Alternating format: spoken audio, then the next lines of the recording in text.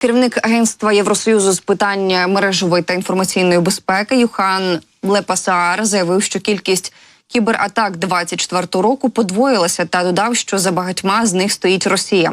Як пише «Європейська правда», про це він сказав в інтерв'ю Associated Press. За словами високопосадовця з кібербезпеки ЄС, кількість підривних кібератак в Євросоюзі, багато з яких пов'язані з підтримуваними Росією угрупуваннями, за останні місяці подвоїлася, і вони також націлені на сервіси, пов'язані із виборами.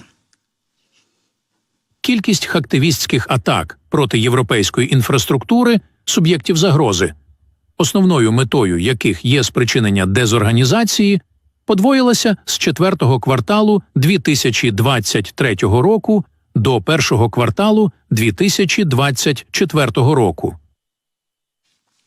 Наголосив на цьому Лепасаар, додавши, що це досить значне зростання. Він зазначив, що методи атак, хоча і не завжди успішні, часто випробовувалися в Україні, а потім поширювалися на країни Євросоюзу. І це частина російської загарбницької війни, яку вони фізично ведуть в Україні, але також і в цифровій формі по всій Європі, вказав посадовець.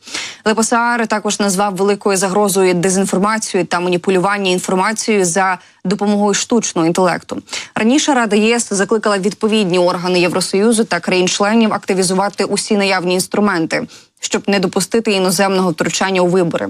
Нагадаю, що минулого тижня ЄС затвердив заборону ще 4 пропагандистських ресурсів Росії. І також нещодавно Єврокомісія почала розслідування щодо Мета через недостатню боротьбу з дезінформацією Росії. Також з'явилася інформація від посла США при НАТО Джуліан Сміт на прес-конференції напередодні зустрічі глав МЗС Альянсу у Празі. Повідомляє кореспондент Європравди, що на зустрічі лідерів Північно-Атлантичного альянсу у Вашингтоні будуть важливі зміни формулювань щодо перспективи членства України в НАТО. Посол Сміт повідомила, що в НАТО дійшли згоди про необхідність дати політичний сигнал щодо наближення України до Альянсу, і що цей сигнал стане частиною загального пакету допомоги Україні. Виходячи із її заяви, принципове рішення про це вже є, і щодо нього побудований консенсус. Активні дискусії щодо цього триватимуть у Празі, і заявила представниця США наступне, що у рішенні саміту будуть нові формулювання щодо України, щодо прагнення України стати членом НАТО. Рішення не буде ідентичним, тому що звучало торік на саміті у Вільнюсі. Вона зауважила, втім, що остаточне формулювання ще не узгоджене і ще потрібні переговори щодо цього, але вже зараз, відповідно, від союзників звучать цікаві ідеї. Про це і не тільки. Поговоримо із наступним гостем, якого я з радістю долучаю до прямого ефіру. Це Олег Саакян, політолог. Пане Олеже, я вас вітаю, рада бачити і слава Україні. Навзаєм, героям слава, рада бачити і чути.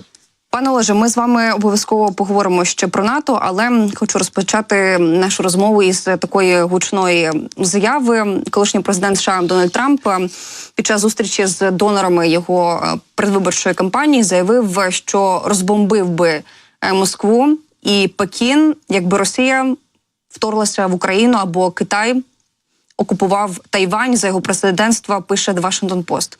Враховуючи те, що на час першого президентського терміну Трампа Росія вже окупувала Крим і частину Донбасу, чи не здаються вам такі заяви дивними? І як можна їх розцінювати станом на зараз, враховуючи ось цю експресивність і епатажність Трампа? Ну і зрозуміло, що це все робиться перед виборами в США.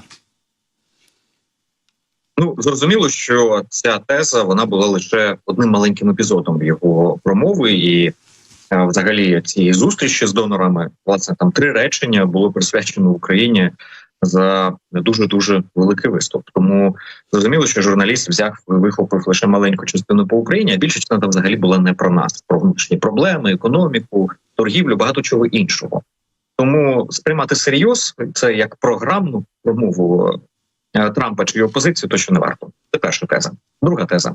Звісно, що Трамп нікого не розбомбив би, ми пам'ятаємо, як він реагував. Рішучіше, ніж, наприклад, адміністрація Обами.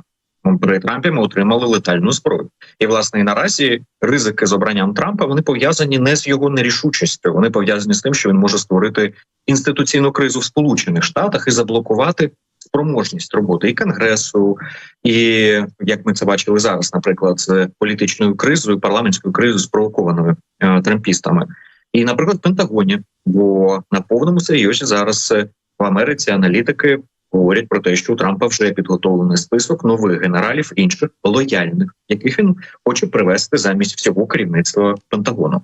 Не тільки на найвищих щабелях політичні призначення, але й чистити вже чиновників. Так само, як і це може стосуватися Держдепу,